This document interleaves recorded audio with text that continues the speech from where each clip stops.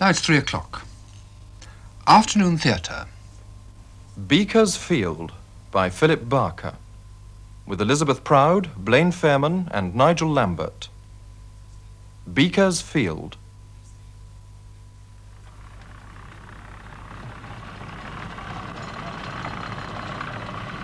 I wonder.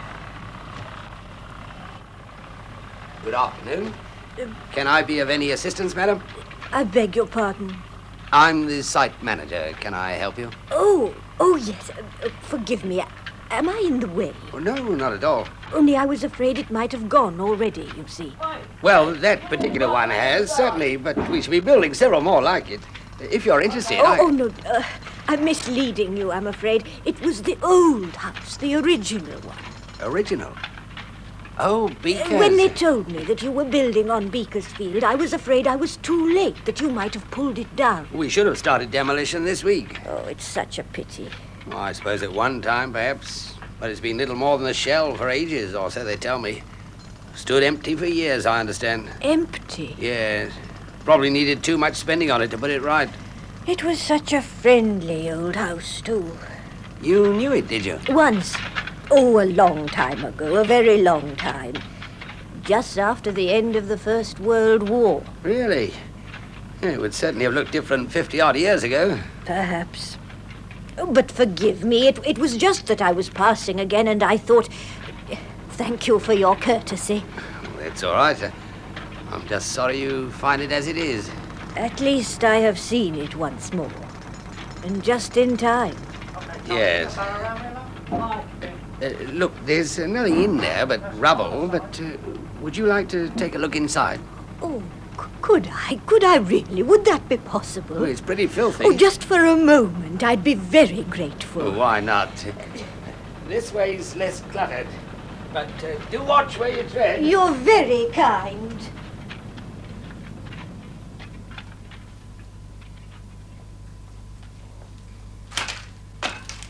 You see what I mean? Not much of it left. Even so. Careful of those broken boards. Oh, yes, I will be. Do you know, that used to be the main sitting room through there. I see. Look, I've one or two things to do. If you think you'd be all right, I could come back in a few minutes. Hmm? I said I could come back for you if you're sure you'll be all right. Oh, I'll be all right. Really, I'll mind the boards. And I wouldn't move around too much, all this rubble and muck. No, I promise. Back in a minute, then. And thank you very much.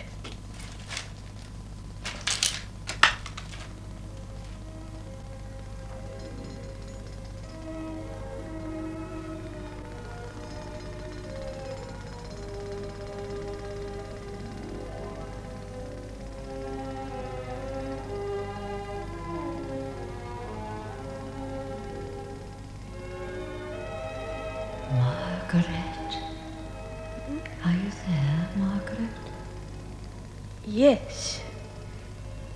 Yes, it's me. It's Margaret, Mrs. Wiley. It's Margaret.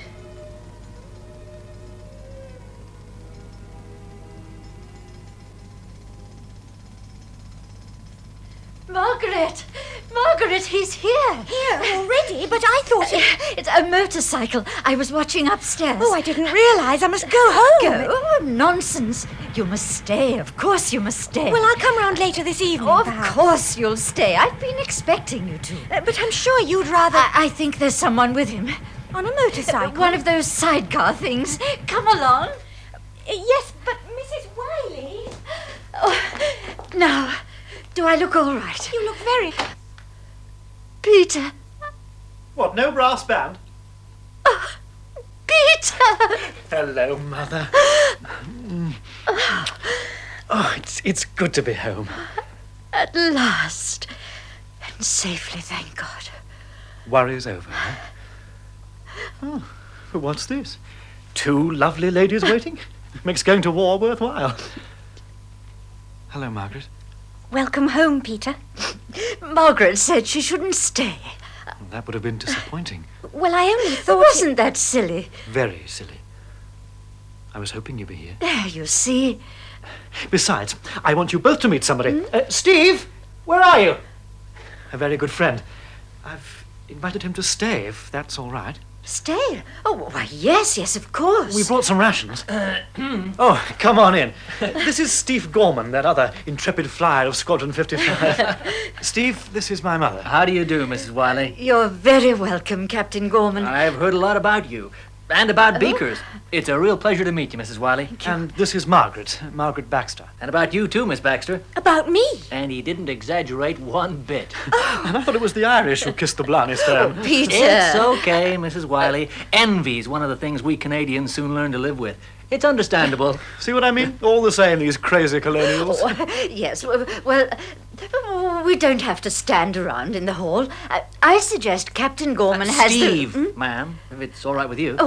that Steve has the room next to yours, Peter. Fine. Look, I don't want to be any kind of bother to you, Mrs. Wiley. I mean, I can easily go into a hotel. I shall be very pleased if you'll stay for just as long as you like. Well, that's very kind. We'll get the bike round to the paddock then, eh? Say, why don't I do that? You think you can navigate that far? Don't think it'll be easy. Gate's just up on the right. Yeah, I got it. I could show him the way. Oh, would you, Margaret? You'll probably end up in the next county. Yes, yes, of course. Well, Mrs. Wiley? Very well indeed. Now it's all over.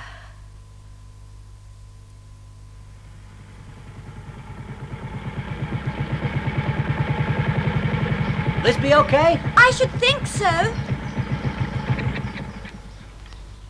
Here. Let me give you a hand out of there. It's all that gear in the way. Oh, I've never been in a sidecar before. It sort of bites back at you after the first 10 miles. You okay? Thank you. Peter didn't used to have a motorcycle. Oh, this old thing. He picked her up cheap at a place called Harwich, is it?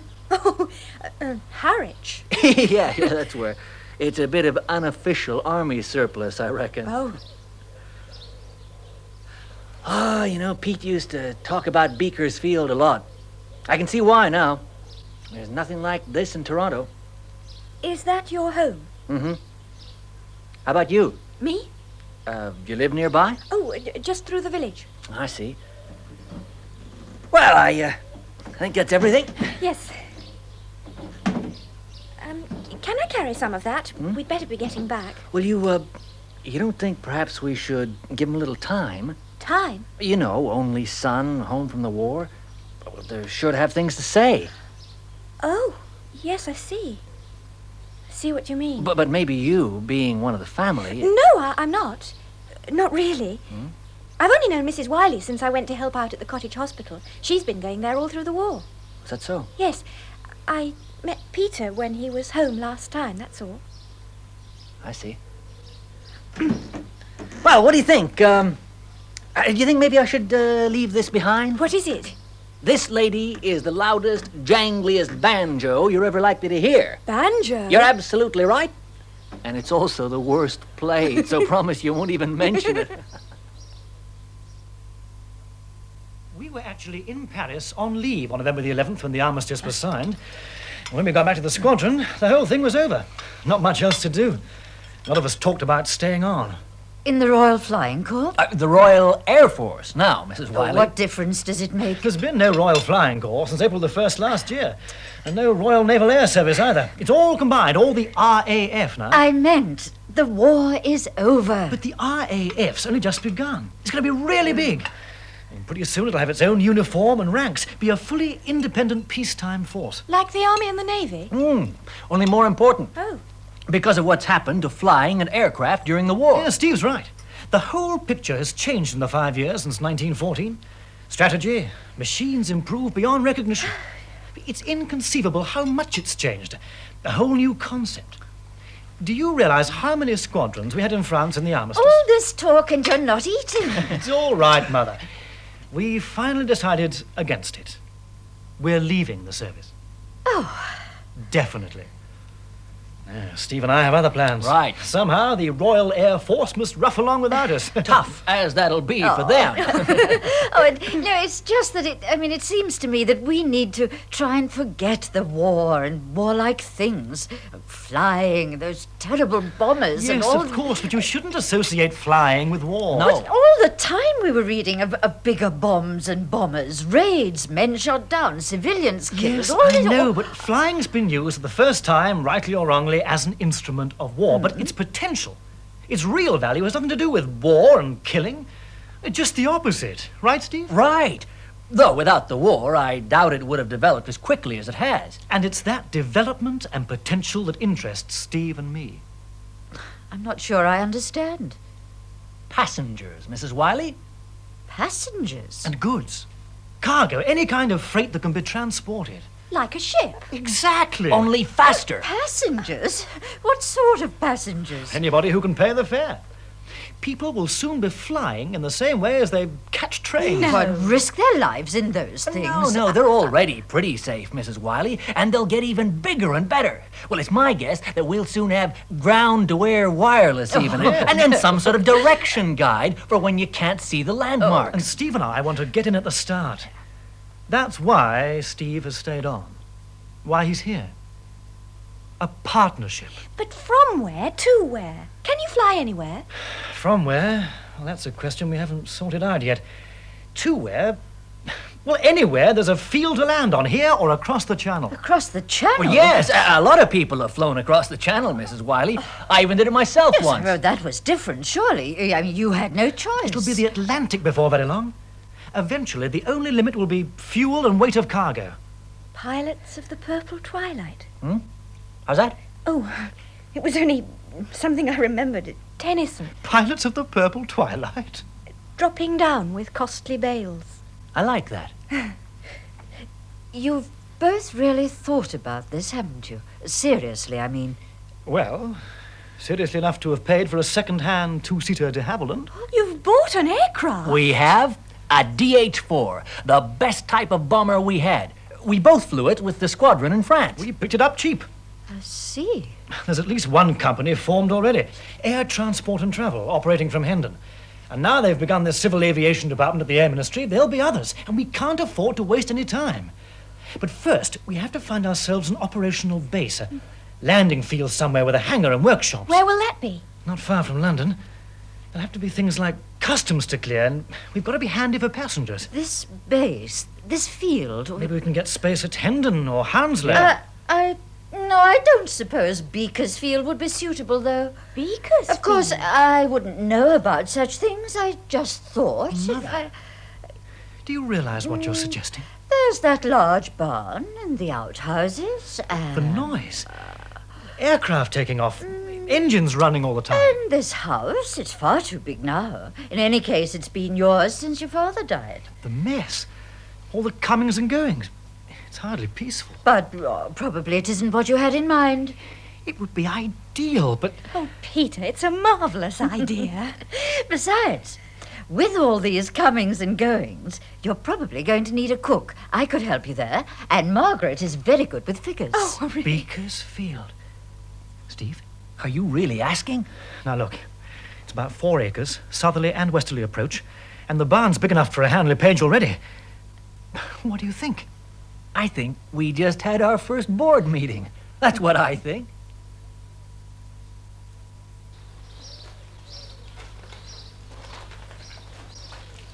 The whole plan's so new and exciting. Oh, it's exciting, all right, but I just hope the village agrees once the racket starts. Oh, of course it will. Well, I'm not so sure.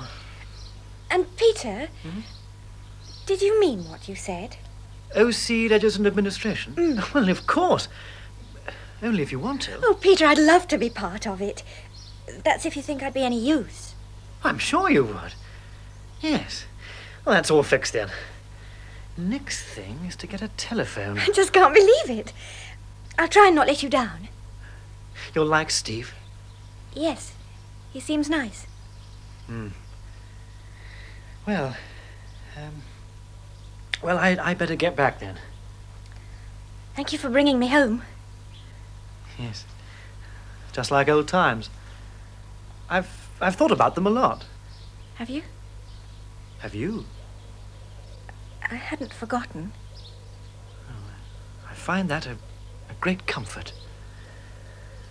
Perhaps later when...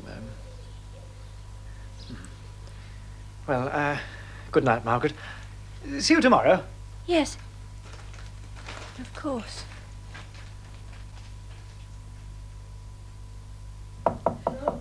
Peter? Oh, my God, no! Peter! Well, what is it, Mother? What's the matter? Can't you hear him? Here? Steve, groaning. He's been crying out too. He must be ill. Steve? Oh, no, I should have warned you. Steve's all right. He sounds far from all right. It's just that he gets these nightmares sometimes, that's all. Nightmares? It's nothing to worry about. The doctors say they'll pass. But surely there must... Oh, poor old Steve came down in a flamer. In a... Well, he was shot down on one of our last big raids. His aircraft came down in flames. Oh, no. He managed to crawl clear, but his observer didn't. And sometimes he relives it in his nightmares. Poor soul. But much less than he did. Ah, he's quiet now. You won't hear him again. You go back to bed. Steve will be all right. Believe me.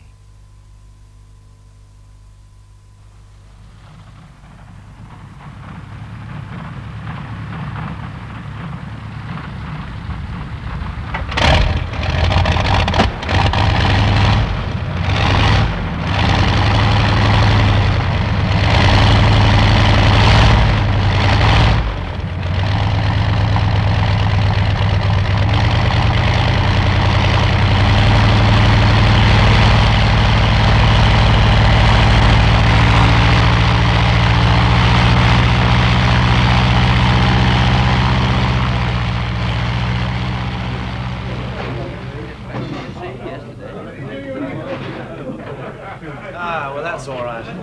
Mother's just got back from the hospital. I told her we'd be back around 4. But do you know, Steve, she's still scared of that phone. Here, I ordered the other half. Ah, good thinking. Ah, cheers. Cheers. Ah, these office people sure as hell love their little bits of paper, don't they? Yeah. But as long as we can get our clearance by, say, 2:30, we should be airborne by 3 and home in time for tiffin, do you think? Perhaps. Given a better set of pistons than that old crate that just took off. It sounded all right to me. Maybe to you. Well, cheers.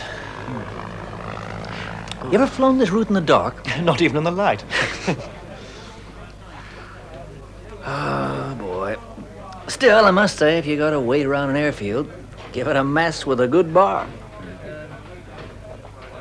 Well, it's your turn. Oh, no, wait a minute. No, that's... Excuse me, Captain. Yes? Captain Wiley, Yes? don't you remember me, sir? Linford. Good Lord, Harry Linford, of course, Harry Linford. That's right, sir. Well, I'll be damned. Well, how are you, Harry? It's very good to see you again. Oh, I'm fine, sir. I'm fine. And you look well, sir. I'm glad you got through. Oh, lucky, Harry, just lucky. Steve, this is Sergeant Harry Linford. Or is it now ex-sergeant? Harry was with us for a long time. This is Captain Gorman. Oh, how do you do, sir? I'm pleased to know you, Harry. Were you with the squadron? That's right, sir. Captain Wiley's mechanic for a spell. Yeah, and a damn good one, too. Just before your time, Steve. I saw you outside on the field, sir. I hope you didn't mind. I shouldn't be in here by rights. Why not? Well, like you said, now, I'm working on the field here. I'm not allowed in here, really. Oh, to hell with that. You're working here as a mechanic, are you? Yes, that's right, sir. Still at it. Well, you won't believe this, Harry, but we're here to pick up an old DH-4. Yes, sir, I know. I saw your name on a docket. That's why... Well, sir, I was wondering... Say, have you by any chance seen the plane, Harry? I have, sir, yes. You have? Yes. And? Hang on. Let me get you a drink, Harry. Well, I don't know whether I'll... Oh, now, want come to, on, sir. come on. Now, what's it going to be?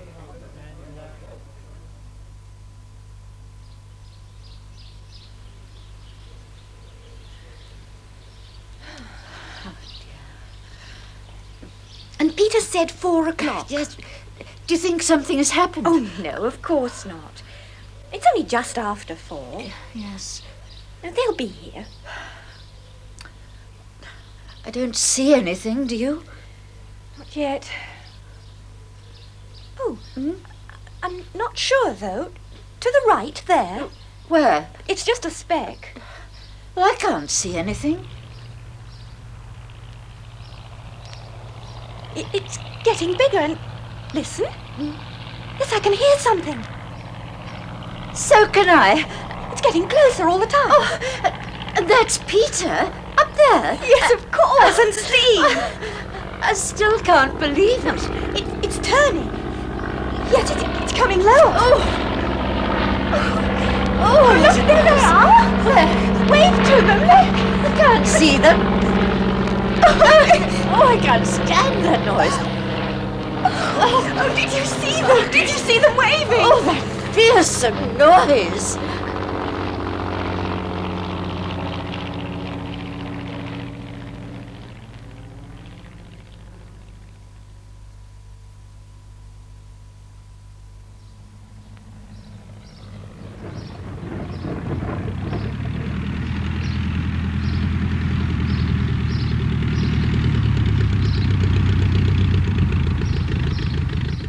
Home in one and not even wet.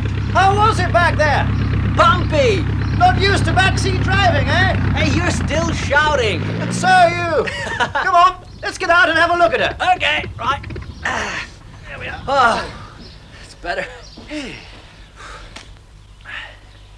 Well, how'd you handle? Oh, she'll do. A bit of work and she'll do fine. Peter? Steve? Oh, you're here. Well, don't sound so surprised. What, with you driving? When you roared over us like that, Oh, Mother was scared, was she? I was. Tell you the truth, me too. Well, so what do you think of her? I've never been close to an aircraft before. She's quite something, isn't she? Well, seeing it up above the trees and then so much bigger. Nearly 300 horsepower there.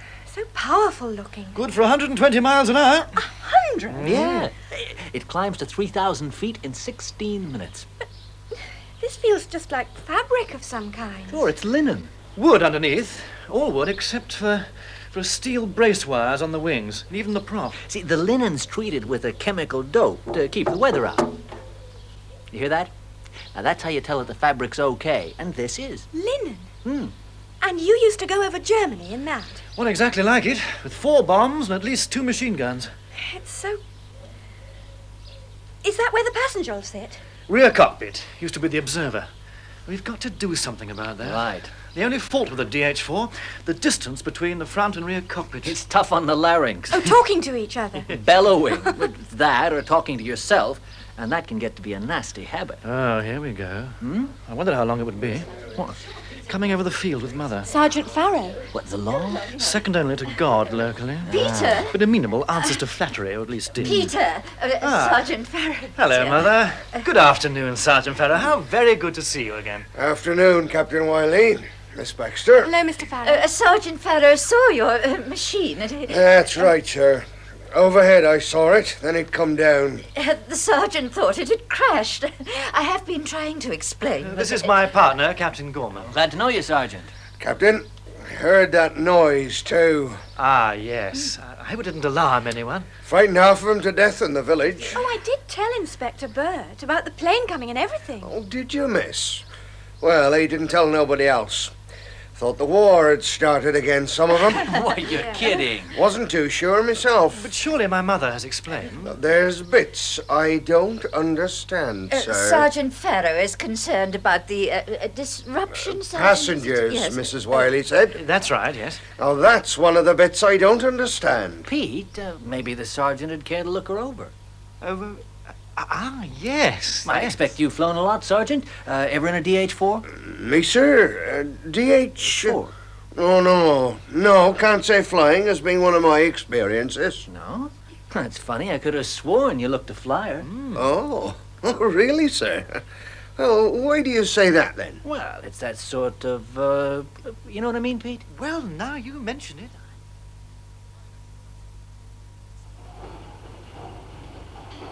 Of course, I'm delighted to have the contract, Captain Wiley, but I think I should tell you I've I've never handled anything on such a large scale before. Oh, I'm sure you'll do an admirable job, Mr. Gill. Well, we'll do our best, sir. Yes, I'm sure you will. Now, the main thing is going to be fuel storage. We're going to need a pretty large tank, you know. I imagine you'll want to sink this tank into the ground. Yes, for safety. Yes, quite, yes. I was just thinking of pumping the petrol up. Well, that shouldn't be difficult. No, not in the least. It determines the outlet, that's all. Mm-hmm. It needs to be pretty big to hold that many gallons, so I'll need to work it out. Well, it's the time factor, you see. Until we get storage, refueling is going to be a problem. Yes. Well, we have got one or two things in hand at the moment, sir. Mr. Gill! Jackson, you can see I'm busy. I'm sorry, sir. There's been an accident. An accident? Yes, sir, in the yard. Just a toddler. A child? Under one of those old iron castings. Oh, God. Excuse me, Mr. Wiley. On his leg. Must have tipped. It's a hell of a Look, job. perhaps I can help. What the hell was a child doing in the yard?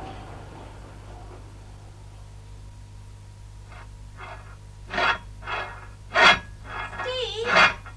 I'm over here. Oh, I thought you might perhaps like some tea. Oh, I'm sorry. I sort of got used to working without a shirt. No, it's around not here that. someplace. Your poor back. Here we are. I'm sorry. I shouldn't have said anything. No, it's me should apologize. It's not very pretty. There. That's it. It was just I didn't know. Well, how could you? Look, it's nothing. Oh, but it is. What, a few old scars? Was it in the wall? Yeah, you don't want to know about that. Well, I brought a jug. Shall I pour it? Yeah, great. Oh. Hey, calm down. You're spilling it. Don't look so worried. I really didn't mean to. No, it's fine now. No trouble. Honestly. Thanks for the tea. I thought perhaps you'd gone with Peter till Mrs. Wiley told me you were here. No, I'm trying to figure out something. Oh? Anyway, Harry Linford's supposed to be getting here today. The mechanic? Yeah, he was Peter's mechanic in the squadron at one time. We met him at the airfield when we picked up Maggie here the other day, and he talked us into giving him a job. Maggie? Oh. The plane? Is that what you call it? Yeah, any objections? Well, no. As long as you don't call me Maggie. That's a promise.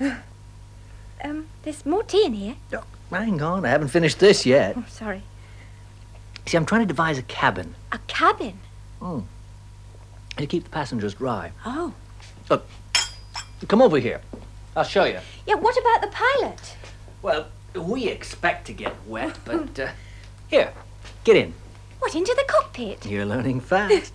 Come on, foot up there on the lower wing. Yeah. Yeah, stand on it. But, It'll hold you. Oh. Now just walk up the wing to the cockpit. Well, hang on to that strut there. I'm slipping.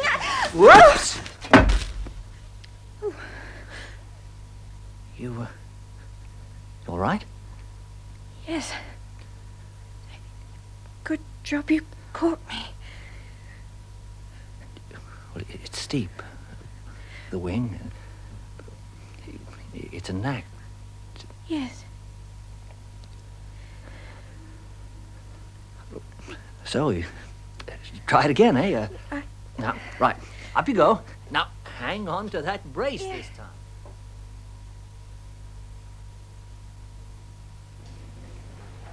I'm sorry to keep you hanging about like this, Mr. Wiley.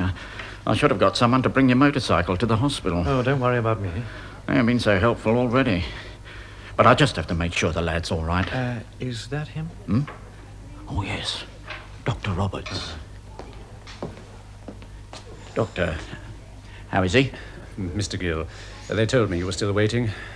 Well, the leg is broken, of course. Oh, Lord. But fortunately, not badly crushed. At Jimmy's age, that should be no trouble.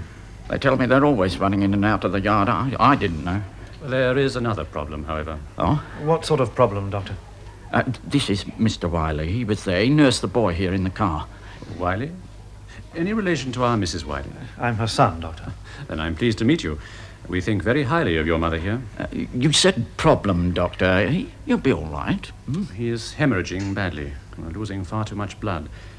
I think it's possible he could be a haemophiliac. Oh, no. We have to find a method of arresting the bleeding, and without interfering with the healing.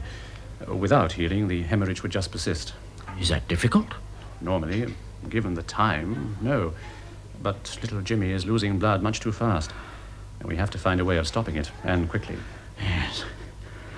So supposing you can't? Then I'm afraid there's a possibility that Jimmy may simply bleed to death, Mr. Gill. Well, needless to say, we shall do everything it is possible to do to avoid that.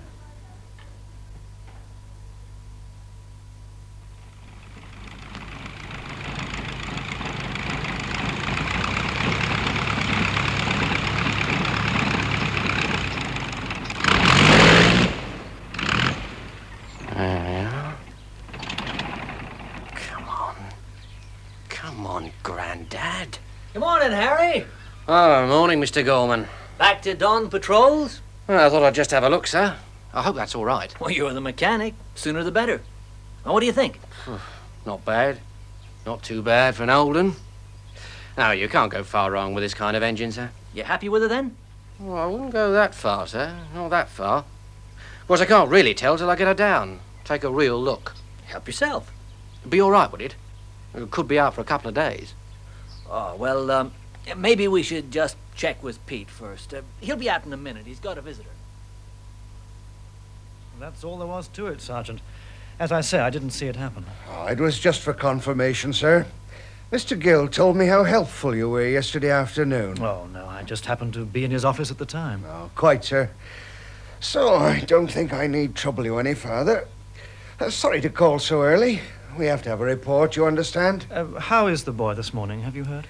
Well, we've been using the telephone half the night. Hospitals all over the place, trying to track down some drug Dr. Roberts wants for him. Any luck? Yes, sir. Just a few minutes ago. Liverpool. Seems the poor little mite won't stop bleeding, and I gather it's all a matter of time. Anyway, sir, thanks for your help. Well, that's all right, Sergeant. I'll say good morning, then. Yes, I'll show you out. Oh, no need, sir. I know the way. Liverpool.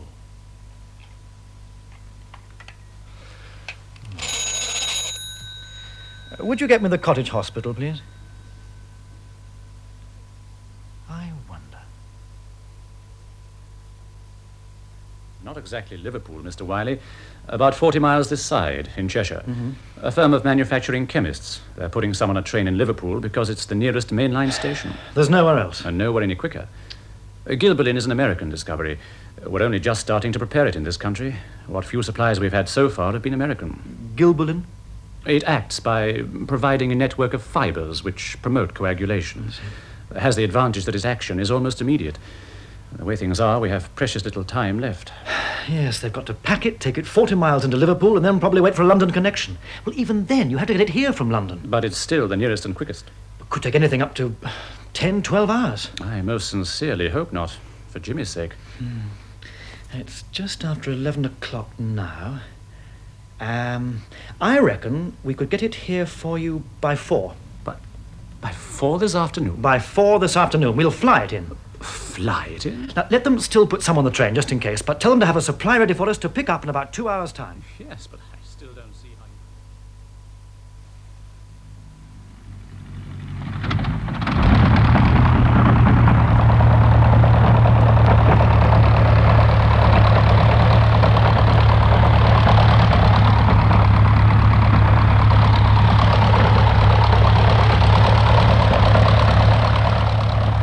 She'll be all right, sir. Long as Mr. Gorman nurses her on the climb. She could stall if she's shoved too hard. Hear that, Steve? Right. I'll keep her around 300, unless the weather drops. I'll do the same, bringing her back. Good. First marker, the Crystal Palace. Check. Bearing left, northwest, once we're over the Thames. Northampton, then leave Warwick Castle on the left and straight down onto their sports field. Got it. Now, Harry, remind Miss Baxter, we'll telephone before we take off at the other end. Hospital will want to know. Will do, sir. And good luck. Thanks. Good luck, Mr. Gorman. Try not to shove her, sir. Kid gloves, Harry.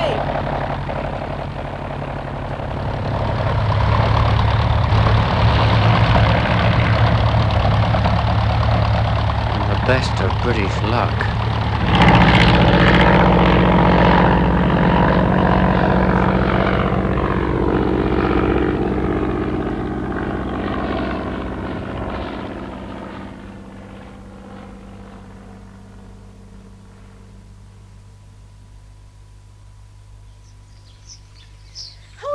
Look! There it is! Doctor, I can see it now. Nurse, fetch Mrs. Wiley. Hurry. I'm here, Doctor. Oh, look! I can see the minute! Just in time, Mrs. Wiley. Whoa, what's going on? Fantastic. The idea that machine is actually in the air for a child in this hospital.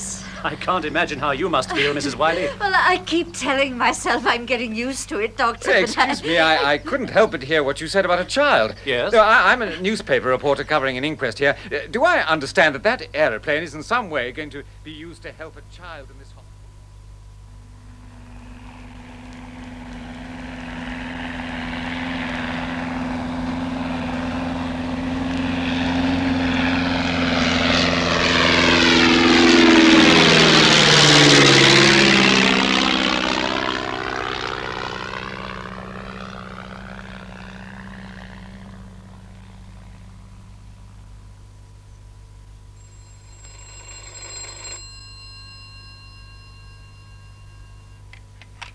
Hello? Hello? This is Beaker's Field. Hello, Beakersfield? Yes? I have a call for you from Cheshire. One moment, please. Caller, have your number on the line now. Hello? Hello? Hello, Margaret. Yes? Is that Peter? It's Peter. Hello, Peter. I wasn't expecting you so soon. Did you get there? Don't sound very clear. No, neither do you. Is everything all right? There's no trouble. It's just to let you know we shall be taking off in about 10 minutes. You've got it already? I still can't hear you. Can you hear me? Yes, just. I know it's a terrible line, but now listen, love. Yeah. Can you telephone the hospital? Tell them we should be back with you in about an hour and a half. The hospital? Yes. Did you say an hour? No, back with you in an hour and a half. Oh. And the weather's closing down here. There's low clouds. It's raining up here now, but we should run out of it. Oh, Peter, do please be careful. And Margaret. Yes? Will you tell Harry that she went like a bird? Yes? And Margaret. Yes? I know it's hard at the time, but... What? Peter? I said, I know there have been so few opportunities. All this, Hello? Margaret, are you still there? Yes, I'm here. Anyway, I wanted to just give you time to understand. All right? Look, I better go now, and please don't forget the hospital, love. No, the hospital straight away. Only you know, they'll be wondering.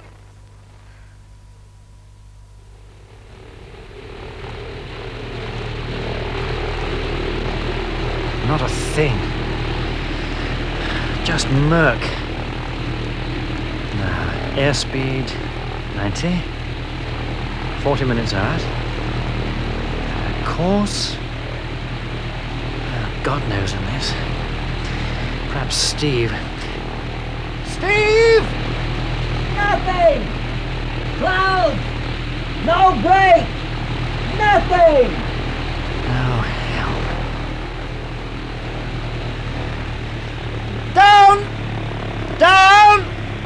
Taking her down! Right! Taking her down!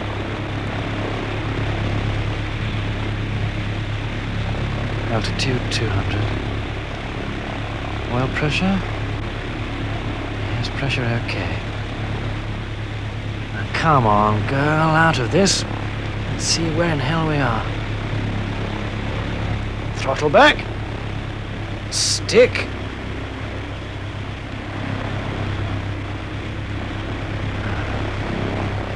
Just as thick. 100 feet. 75. 50. I must level off now.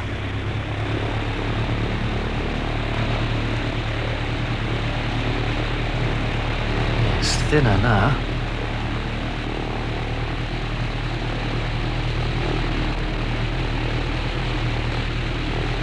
Ahead! Ahead! Climb! Climb! Climb! Oh my God!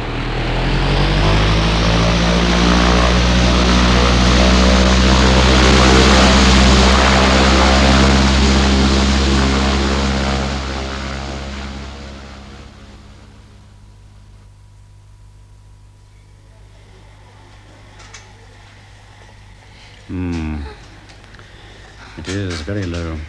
Well, I thought I ought to call you, Doctor. Chart. Getting weaker all the time. Show any movement at all? Not even when I dressed the leg. All right, nurse. Thank you. Stay with him, of course. About all we can do.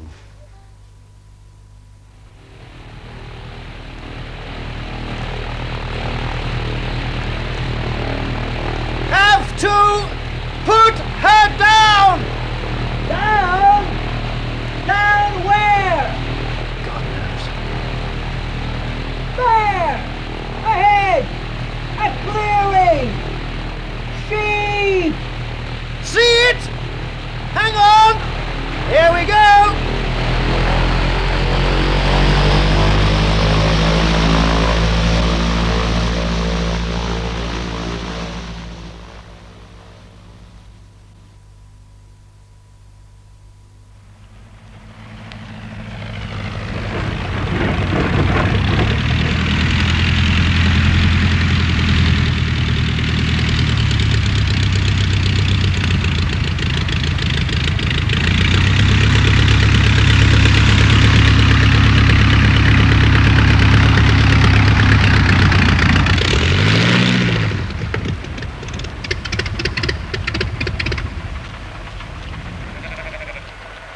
Phew!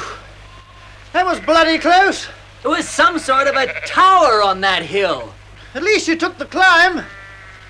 Oh, it's hopeless in this. Can't see a damn thing. Just have to sit it out and wait. I just hope we can get off again. Well, Peter did say something about the weather. Oh dear. Was it bad? He thought they might run out of it. Well, I hope that's all it is. The weather. No. Is Dr. Roberts getting worried? Well, he hasn't said anything, but I know he is. Oh, they'll be there. You'll see. You'll hear them any time now.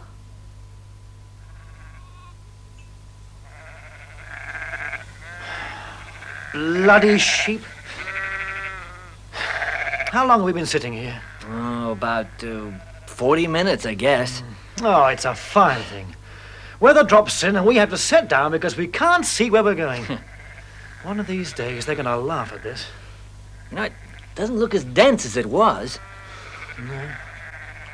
Oh, it's that kid waiting in the hospital. Look, shall we risk it? Come on. Right. Now, I'll get aboard and you swing the prop. Okay. You just give me the word. Okay. Stand by. Contact. Check.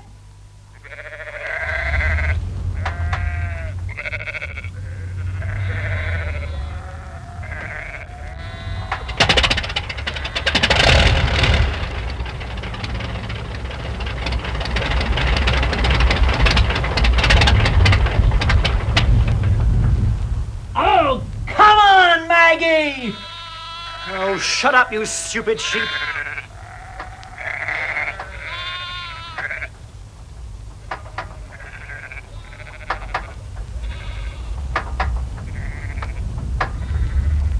Come on.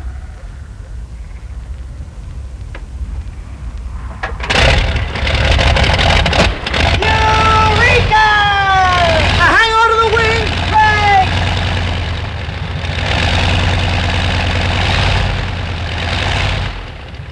Okay, climb aboard! Never a dull moment, is there?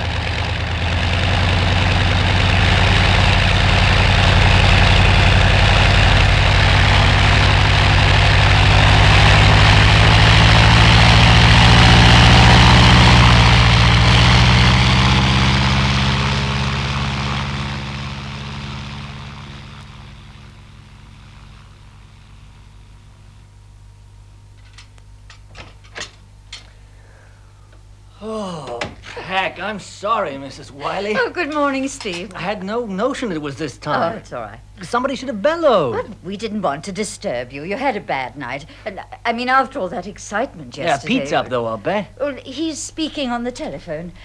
Are you ready for your breakfast? Harry's up, too. Makes me feel a right lazy bones. Oh, nonsense. There you are. Now, you take your time over that. Have you seen this? The newspaper. Isn't it wonderful? Hi, Margaret. Oh, good morning, Steve. Oh, sorry, I was so Well, excited. I doubt Steve will have seen it yet. Oh, I've seen what? You haven't seen it? Well, show him, dear. Only you will forgive me, Steve. I'm due at the hospital. I'm sorry you're late. It's my Oh, fault. no such thing. I'm not late yet. Is there any news about the kid? Well, Dr. Roberts says it's still early, but thanks to what you did, the bleeding has stopped. He's sure he'll pull round. Ah, that's great. Now, eat your breakfast before it gets cold. Well, I sort of overslept. And you haven't seen the paper. From bed to table, 4 seconds flat. Look. What is it? Well, I'll be. Life and death flight for drugs. It's all there. You, Peter, little Jimmy, about the plane, everything. Yeah, how about that, huh? Everybody's seen it. Where'd they get this? Oh, there was a reporter at the hospital when you flew over yesterday. He must have telephoned London or something. Hey, Pete! Pete, have you seen this? Yes. While you were still sleepy eyes. Okay, I got it coming. Hello, Margaret. Don't you think it's marvellous, Peter? Hey, this could do Beaker's Airways a lot of good. You reckon? Oh, everybody's talking about it in the village. Well, I mean, people read this. It's gonna let them know that we're in business. That's what the man said. Huh? What man? Man on the telephone just now. Said he's read the newspaper and thinks he might charter us to fly him to France. You kidding? No. You're serious? To France? That's what he said. Might even be a regular thing. Regular? To France? Yes, as a charter. But we pull it off. We'd have a cross-channel route already going when the Air Ministry gives the go-ahead for scheduled services. And that should be any time now. Look, I don't believe it. Who is this character? When? What for? Where to? Now, calm down, old fruit. You're overheating. He's an exporter. Got steamers hung up in French ports for a week or 10 days. And he can't discharge their cargo because the bills of lading are delayed in the post. And I said I'd see him in London tomorrow. Well, that means you too, if you want. Look, I got a better idea. Why not take our OC administration? Oh, you think so? What, me? Well, the way you look, you'd be sure to win him over quicker than me. Oh. Yes, how about it, Margaret? It's time she had a day off. Well, yes, thank you. I'd like to go. Oh, good. But first, there's a little matter of a temperamental injury. Hell, that's right. Wave hopping's another matter. Yes, Harry's checking it now. So, let's go. Oh, but Steve, your breakfast. There's nothing for it. It'll have to be stripped down completely. And it's no good taking her down till we get the replacements. Well, you mean she's not airworthy, Harry? Well, not for what you've got in mind. No, I wouldn't let either of you take her over the water like that. How long once you get the spares? Couple of days, sir. Might be less. Then it's got to be done right away. Now, would you get us to Hendon and back? Oh, yes, you do that all right. Then there's one thing for it. I'll fly her up tomorrow morning and take you with me, Harry. And while I'm seeing this client, you could be getting everything you want, and I could get back to Hendon and fly back. Well, at least I'd see what I'm getting, sir. All right, Steve? Well, it's okay by me, but what about Margaret? I mean, you kind of promised her a day out. Oh, yeah. Yes, that's right. Still, Margaret will understand. She won't mind. After all, this is far more important. Oh, blast. I had the same trouble with the banjo. Oh, you were watching. Listening, too. Naughty Miss Baxter. Well, it just doesn't come out the way I do it. Yeah, like the banjo. I don't think I'll ever learn to use this thing. Sure you will. I'll just have to persevere. As the man said when his wings fell off. I thought you were supposed to be busy. Oh, sort of. But then I got this great idea. Oh? Sure. I was thinking, poor Margaret, pecking away in there, and this was going to be a big day out in London. Oh, well, it didn't matter. As Peter said, Sure. But there I was, thinking, looking up at the big blue sky, at the sun, which was when I got this great idea. Steve, I am trying You gotta get the picture. The blue sky, the sun, and then it hit me. Sort of an inner voice. Voice? Want to know what it said? You're going to tell me anyway. It said, get out that old motorcycle and take Margaret to the seaside. That's what it said. The seaside? So how about it? The seaside? Oh, Steve, don't be absurd. You don't like the seaside? Well, of course I do, but I've got things to do. Well, that? But you can peck away at that when it's raining. And Peter... Well, he won't be back until evening. But he might telephone. Day off, remember? No. No, Steve, I couldn't possibly. It's out of the question.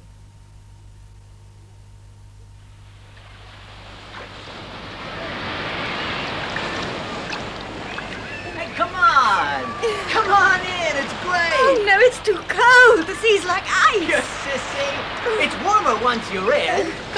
That's better. Come on now. Now duck under and get your costume Oh, no, wet. it's much to go. All right, no, then. Steve, no splashing, you promised. Oh, don't be mean, you promised. Oh. That a girl, that's it. You beast, you beast.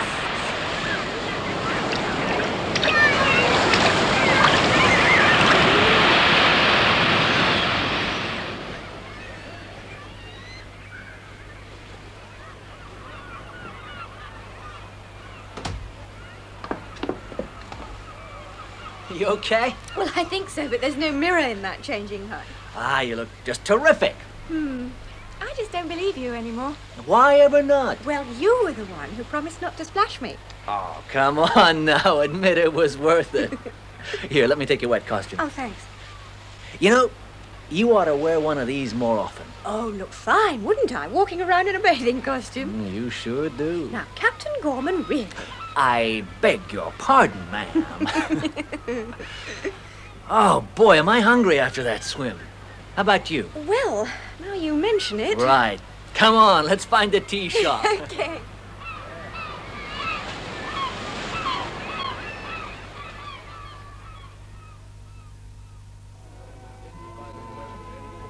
Well, you see, my folks are in what they call real estate. A sort of estate agent. Yeah, it's not big, but enough. And they believe that you should try anything if you feel strongly enough. That's why I'm still over here. They sound very understanding. Hey, you got the sun. My face Well, don't hide it. It suits you. feels all tingly. You sure look funny, ducking under, holding your nose that way. That was mean. I haven't forgiven you yet. Oh, not even a little? Well, perhaps just a little. I've decided to live. You know, the last time I heard that was in France. With the band, Roses of Picardy. We had this phonograph that always used to run down in the middle. I used to think it was a sad tune. Not today, though. No, not today. Glad you came. Oh, yes, it's been a wonderful day. Better even than that. Yes, better even than that. I'll tell you what. Let's not go back. Let's build ourselves a camp right out there on the beach. Oh, you are an idiot, Steve. You want to share my igloo, man? And have you splashing me every morning? I could make a career out of it. Could you? Your bill, sir. Oh, yeah. I'll pay at the desk. If you'd be Thanks. so kind. You know, there ought to be a law against that sort of timing. Well, even so, we really should be starting back, Steve. Okay. If you say so. Pay where, did that harpy say? The desk over there, look. Okay, let's go.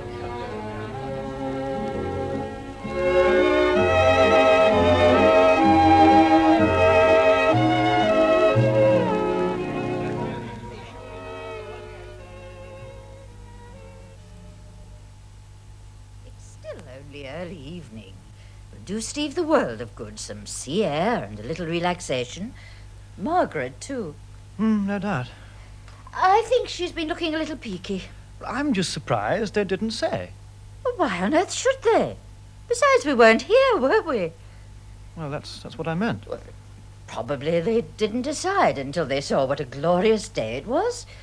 Anyway, wasn't Margaret going with you till you changed your plans? Well, that was unavoidable. Yes, well, a day by the sea will do her much more good. I expect they're having a wonderful time together.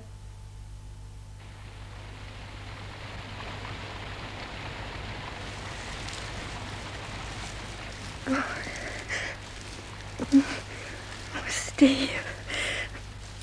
I love you, honey. No. No, Steve. Please. Well, now you'll be figuring that I fixed it with the rainmaker.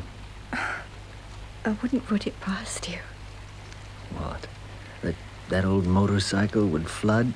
That you'd get soaked and we'd have to find shelter? Well, I only know You seem to find this hay barn very easily. It was going to happen, wasn't it? You knew it was. Did I? That day in the hangar, when you slipped and I caught you. Yes. You knew then. Yes, I knew. I was sure of it. That's why the next day when Peter said about wanting to give me time, he'll be hurt, Steve. But when I asked you about Pete... Yes, I know. And there isn't anything, honestly. But going off together today, he might think... I wouldn't want him to think badly of you, to spoil anything. And that worries you? Pete and me? He's so enthusiastic about what you're doing, this flight to France. If anything happened to spoil it all, I'd never forgive myself. Will you stop that? I don't want to come between you. I love you, honey. I believe you love me. Yes, I know. That's why. Then that's all there is. But if it makes you feel easier, we just won't let on. Not to anybody. Not, that is, until after this cross-channel flight. I promise. Is that okay? You're so sweet and understanding. Yeah, but very short on patience. Steve. Darling. Oh, darling.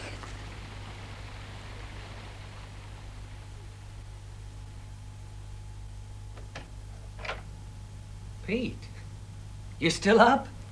I'm just going up. Well, I saw the light. Terrible hour to roll in, eh? Is Mrs. Wiley sore at me? Good day. Yeah, great.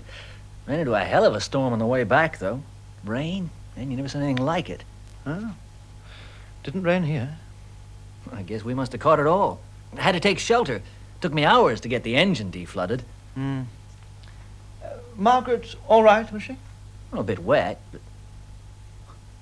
Say, you weren't worried, were you? Worried? Well, back so late, Margaret and me, sneaking off. Should I have been? Well, heck no, we had a great time. How did you make out? Me? Yeah, in London. Not such a great time as you, I imagine, but that'll keep. Yeah, but did Good you night, get... Steve.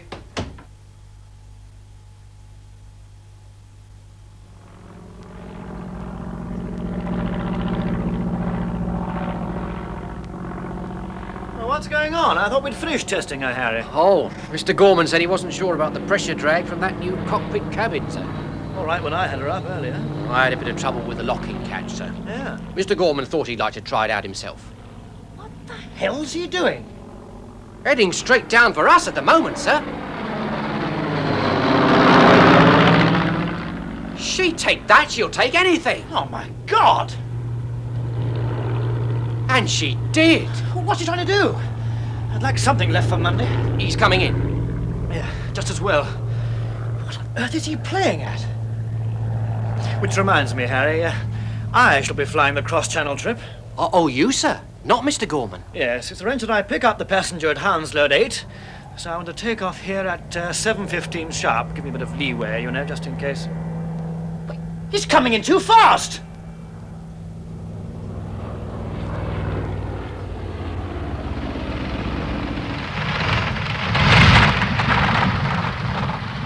Hell, he's bounced it. Steve, you raving idiot! It's all right, sir. He's all right. If he's buckled that undercarriage... No harm done, I reckon, sir. I'll get her in.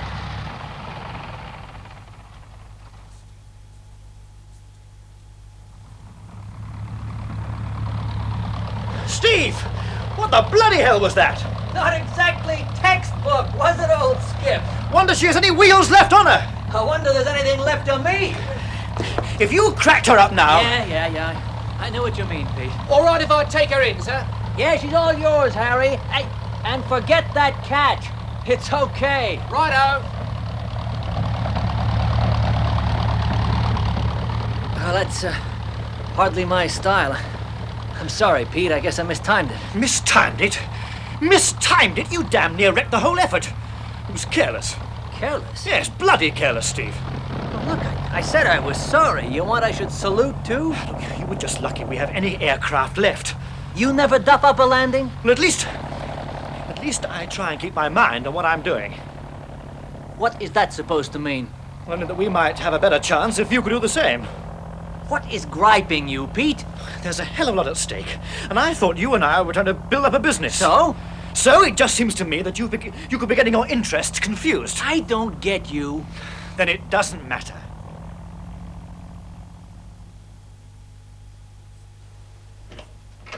Steve? Oh, hello, Mrs. Wiley. I'm sorry to bother you, but I wondered if you knew where Peter was. Pete? No, I haven't seen him since dinner. When he said he was going out to the hangar. Yeah, well, he hasn't been in here since. Is there anything I can do? It's not important. You get on with your letter. They'll be glad to hear from you. It doesn't happen very often. Oh, well, then it should. Steve, Yeah? forgive me, but perhaps I shouldn't ask, but there's nothing wrong between you two, is there? Wrong? Between Pete and me? Only, I mean, this last day or so, I thought... And then at dinner tonight, neither of you... I know I shouldn't interfere. Oh, I guess I was a little quiet at that. Saw it myself. See, I made a bad landing this afternoon. I could have wrecked everything. Oh, you weren't hurt. Oh, no. Just my pride. I must let it show. I'm sorry. Yes, but Peter, he seems Oh, to be... he's keyed up about Monday, I guess. We both are. Yes. Yes, I suppose that could be. Well, I'm sorry I disturbed you. I'll tell you what, Mrs. Wiley. I'll go and see what he's doing out there. Pete? Hey, Pete, you in here? What in the heck are you doing up there? Thinking. You need to sit in a cockpit for it? What is it? Well, that's what I want to know. Me and your mother both. She's just been asking what's wrong. Has she? Might help if you could get around to telling me.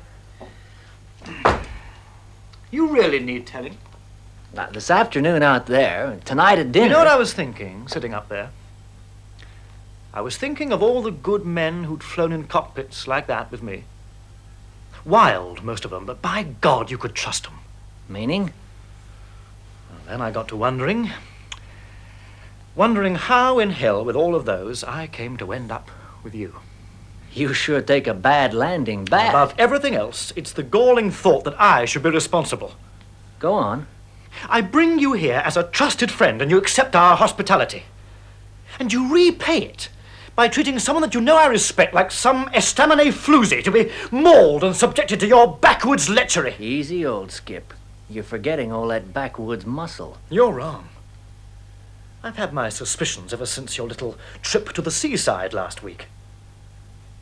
And yesterday afternoon, I saw you with Margaret in the summer house. Ah, so that's it. Well, let's hear the rest. Well, you were pestering her, and don't try and deny it. I heard Margaret's voice. She was pleading with you. And did you hear what she was saying? I didn't need to. I saw you through the window. You were holding her. Your filthy hands were all over her. And before I could get in, she came running out. And a few minutes later, you came out. I should have beaten your ears off. But you didn't. Well, only for her sake, to save her further embarrassment. Figuring me for a lecherous swine, right? From the first moment you came into our house, God knows, I hesitate to imagine what you tried on your day out. You got it all worked out, haven't you, Pete? What? Well, at least you don't try and throw in a load of weak excuses. Would it do any good? You got me tried, judged, and sentenced. You know it all. Oh, you sickle me to hear. Maybe I had you differently, too. So? So nothing. We got Monday, and we got an aircraft. Equal shares, remember? Get this France flight over, and we'll do some more figuring. Only then I'll be doing the adding up. Look, I just don't want you around. I won't be around. I'll make some excuse to your mother. Till the flight, I'll move into the pub. But after that, we'll see.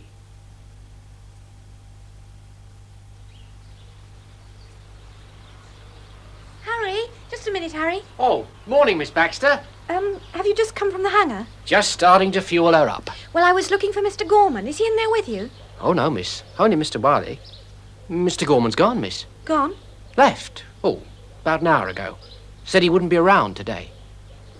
How do you mean? Oh, said he probably wouldn't be back till tomorrow. Tomorrow? That's what he said, miss. But where? Did he say where he was going?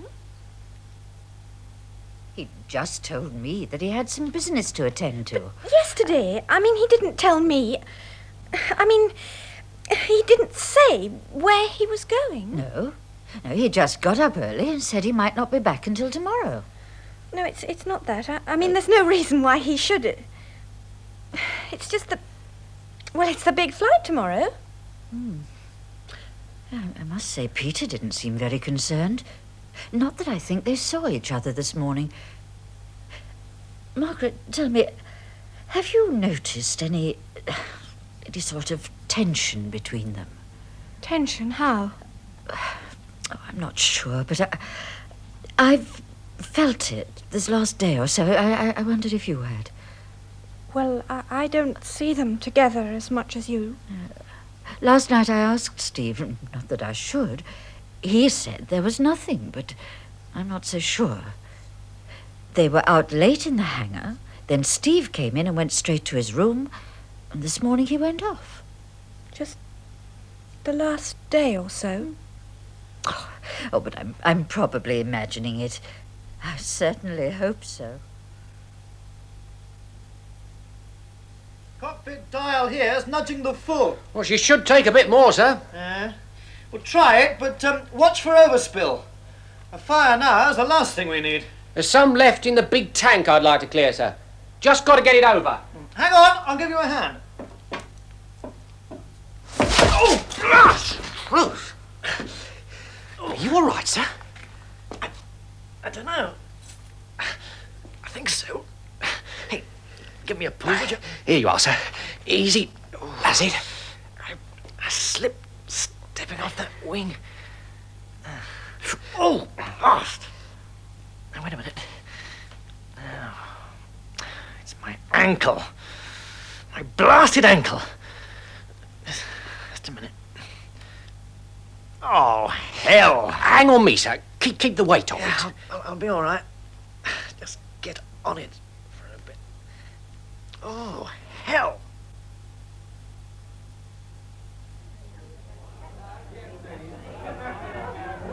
There he is, miss, with the paper, over by the window. Yes, I see him. Hello, Steve. Margaret. Harry told me you were here. Well, that's just great. What did I tell you, Harry? You said if we needed you, sir. He had to. It's Mr. Wiley, sir. He's had an accident this morning. What happened? It's his ankle. He says it's not bad, but he can't put any weight on it. He slipped climbing off the wing. But he's swearing he's going to fly tomorrow. And he can't, sir. Not with that, he can't. He'd never make it. Has he seen a doctor? He won't. He says it's just a sprain. But Mrs. Wiley did telephone Dr. Roberts. You'll never be able to handle the aircraft, sir. I know he won't. Harry tried to tell him. Oh, but he won't listen. He knows. But I remember Mr. Wiley when he gets like this. He'll try it. Yeah, he would at that. We tried to persuade him that you should go, but he won't hear of it. No, I suppose not. You'll never be able to handle her, Mr. Gorman. And over the channel, too. And he said you wouldn't be back anyway. But he knows where I am. Does Mrs. Wiley know I'm here? No. Harry was so concerned that he asked me what to do. What are you going to do, sir? Well, I don't know yet. But, look, you get back. Get the plane ready in a normal way. Let Peter think that he's going. And don't mention me, understand? Right. What time was his takeoff? 7:15. Well, have her ready an hour earlier. I'll think of something. She'll be ready, sir. Don't you worry. We'll see you in the morning, sir. Excuse me, miss. Yes. All right, Steve. Why? Pete said nothing? What about? Why are you hiding here like this? It just seemed the best thing for the moment. I was not... Some sort of tension, Mrs. Wiley said. Something wrong. Is that true? Wrong? Oh, tell me, Steve. It's nothing that can't easily be put right. Was it because of me? Now, why should it be? I guessed it when she said. You see, I think she... Did you tell Peter? About us. I made you a promise, honey, remember? Yes, but... Just trust me, huh? Look, I promise everything's gonna be fine. Just one more day. But Steve... Besides, somehow I've got to winkle Pete out of risking his neck, and that'll be tough enough. So, okay? Yes. Okay. If you say so.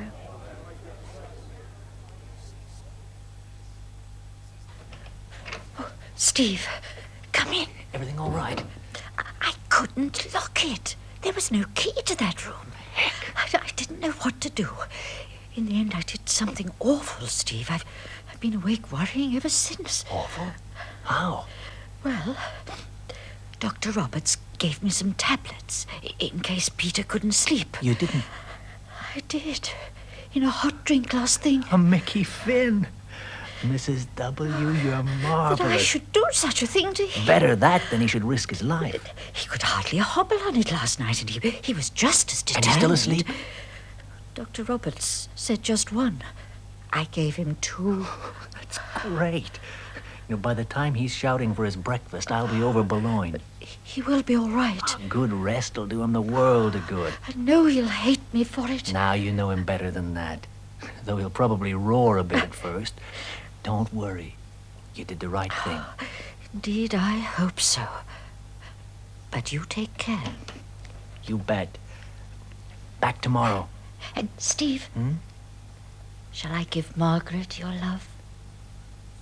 Pete always said what a wise woman you were.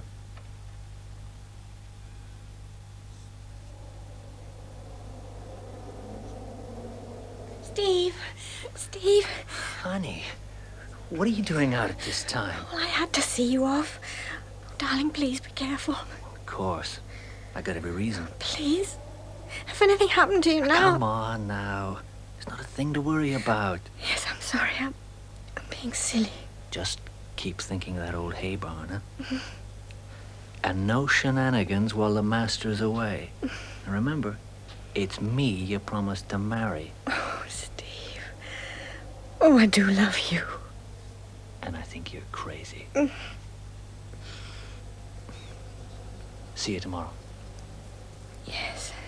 See you tomorrow.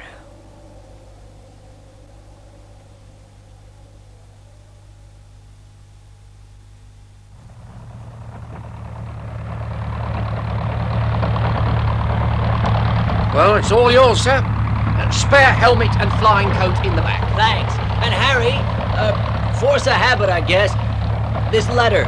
Anything should get upset, will you see it goes to Miss Baxter?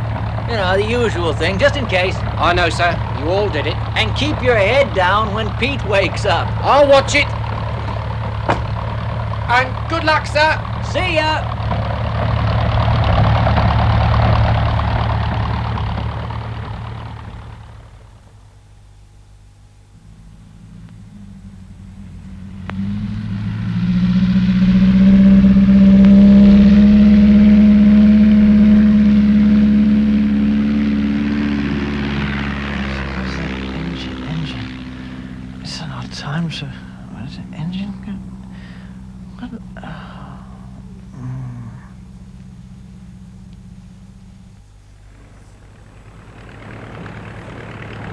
Have you ever flown before, Mr. Pickard? No, I haven't. Well, I suggest you button the flying coat right up. Oh, is it good weather for it? Tailwind all the way. 2 hours or so and we'll have you picking French daisies. You all set? I suppose so. Good. Oh, you'll find there's a big paper bag in the cockpit. What? What's that for?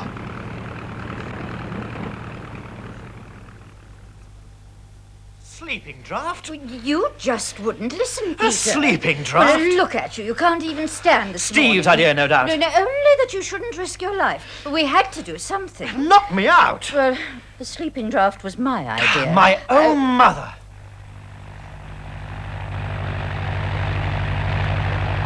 Life on the ocean wave, a life on... What am I saying? No need to be quite so graphic. Altitude 100 feet. Yeah, it's more like it. All those slushing great waves down there. Yeah. Wonder if that boat is one of his. I wonder if he wishes he were on it. How's he look? Oh, boy.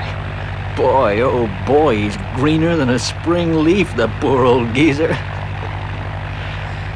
Oh, a life on the ocean way.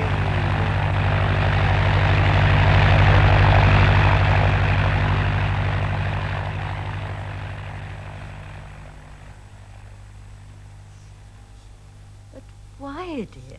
I just didn't want anything to spoil things. It was all going so well, and I thought Then if... Peter still doesn't know that you love Steve, that you're going to marry him. Poor Peter. I'm not at all sure that you've been all that wise, dear. Then do you think I should tell him? Well, Steve said he would, but if you think... Then I should leave it to Steve. Anyway, I'm not sure that this would be the best time. Oh, it was my fault. I made Steve promise. But if Peter hasn't said it, I mean, you have every right. And Steve's a fine man. I'm very happy for you, my dear. Very pleased for you both. I did so want you to approve. Of course. Listen, that's the telephone. Peter! Peter, will you answer it? Can you hear me, Pete? Yeah, I said they seemed delighted. All hello, as I see you again stuff. No trouble. We nearly took the mast off the Varn lightship, otherwise great. Yeah, he's sick as a dog, but highly satisfied. You what? Oh, forget it, Pete. I'll see you tomorrow. We should be back about 11, given a fair wind.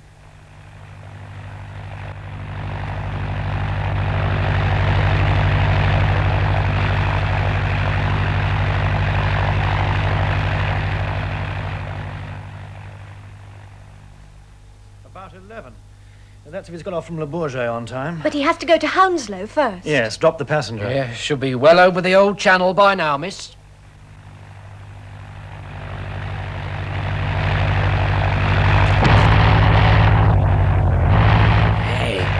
Hey, not now, old Skip. Oh, not now, for God's sake. Come on. Tachometer, oil pressure, boost. Oh, hell.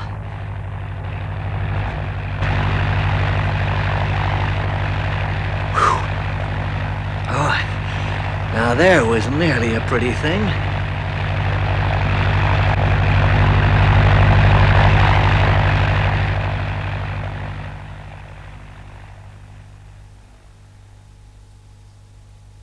What did you say? Stalling again? Yeah, smack over the middle of the pond. A bit blood-curdling there for a minute. Got someone there to check, Steve? At Hounslow? I'll be lucky. She's been all right since, though. How is Mr. Pickard? Strutting like an ace. Huh. Once I'd scraped him out of the cockpit. Hey, Pete? Yeah? Hey, there's something else.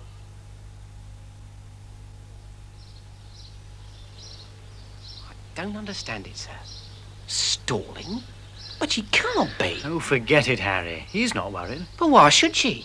I took that injection right down. I've got a swan I said idea. forget it, not now. Only to worry them. Now, which way will he come? Over there, from the west. I didn't know Steve had phoned. Picked up some sort of cargo consignment as well. Cargo? Yes, perfume or something. Oh. For one of... Listen. That's him. That's him, all right. Yes, and dead on time. 30 minutes, he said. I can see him now. Where? Listen.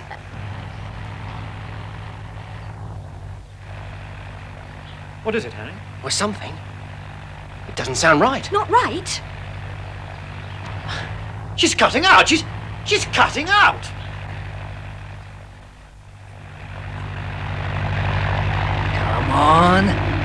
Come on, old girl. Stick with me. We're home.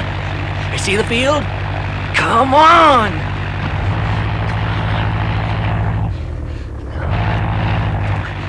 I gotta get her nose up. Damn those trees! Just a bit more. I'll try cutting her, and then full throttle on. Yeah, I'll try it. Come on now. Now! Switch on! Come on! What's... No! No, not that! No! No, not that! Not picking up. It's cut out completely. What's that coming from the engine? Smoke!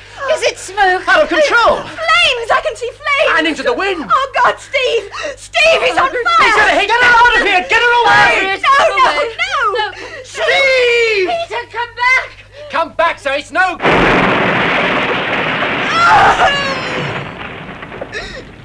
Steve! Oh, my love. Steve!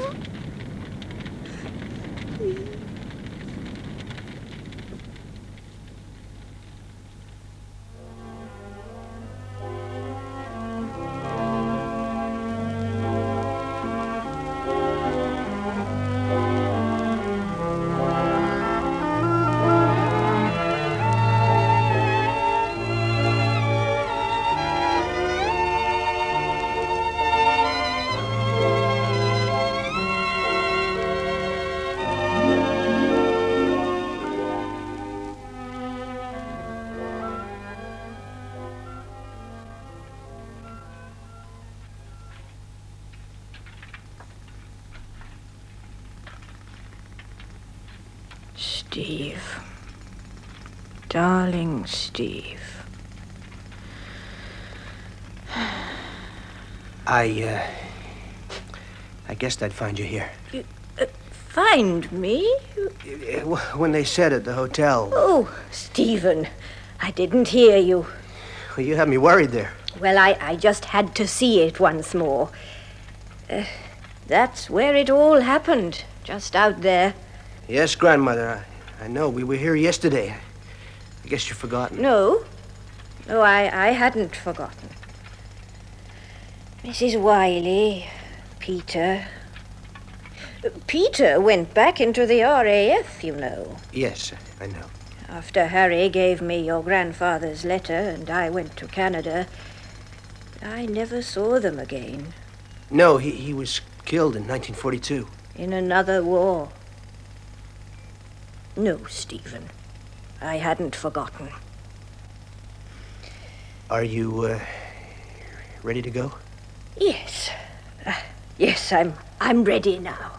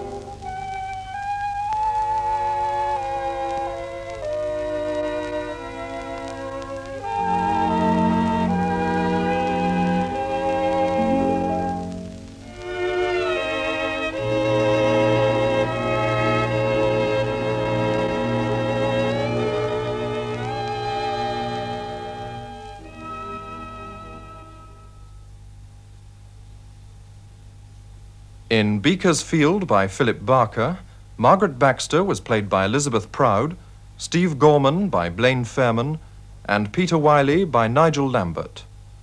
Mrs. Wiley, Catherine Parr, Harry Linford, David Goodison, Dr. Roberts, John Sampson, Sergeant Farrow, Ronald Herdman, Mr. Gill, Hayden Jones, and the building site manager, Brian Haynes.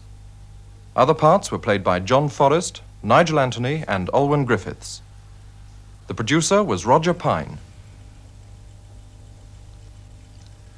Tonight at 11 o'clock we begin a new book at bedtime. A reading of Emlyn Williams' early autobiography, George. The world was waiting. Waiting for me to whisper my incantation. I am George Emlyn Williams, and... I was lying with my head on my fist on the morning grass, dry of dew and warm with the first heat of the year. All was still. Spring smells and earth feelings crept into my 7-year-old body. A dog lay asleep in the road. Mrs. Jones, South Africa, was hanging washing and quavering a hymn.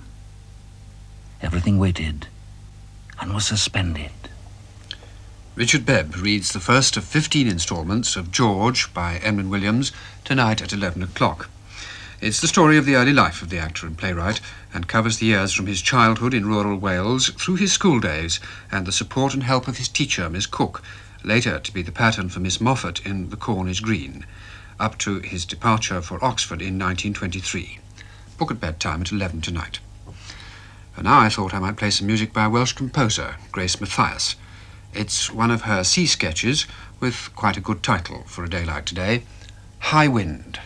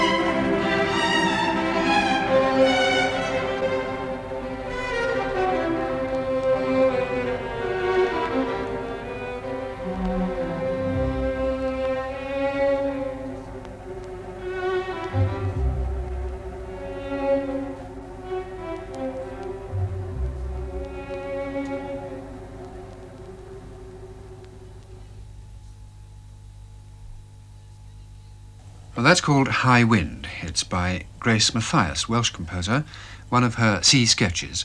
And on that record it was played by the English Chamber Orchestra under David Atherton. Time now is 4:30.